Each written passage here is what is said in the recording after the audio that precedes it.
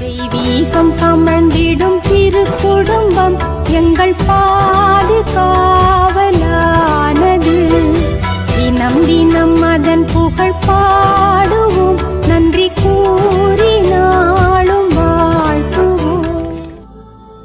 திருக்குடும்ப வணக்க மாதம் 4ஆம் நாள். இடம்பெயர்ந்த குடும்பம் எகிப்துக்கான ஓட்டத்தை பற்றி இன்று சிந்திப்போம். பிறந்த உடனே இயேசு ஆபத்துக்கு உள்ளானார்.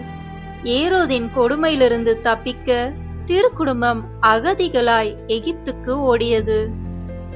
இது நமக்கு சொல்லித்தரும் பாடம், இறைவன் நம்முடன் இருந்தாலும் சோதனைகள் வரலாம், ஆனால் அவர் எப்போதும் பாதுகாப்போடு வழி நடத்துவார் என்பதாம்.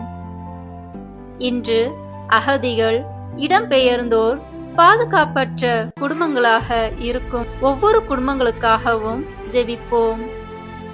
எகிப்தில் பாதுகாக்கப்பட்ட இயேசுவே, இன்று துன்பத்தில் அலைந்து திரியும் குடும்பங்களை உமது கரங்களில் ஒப்படைக்கிறோம். அவர்களுக்கு பாதுகாப்பும் நம்பிக்கையும் அளியுங்கள். ஆமென்.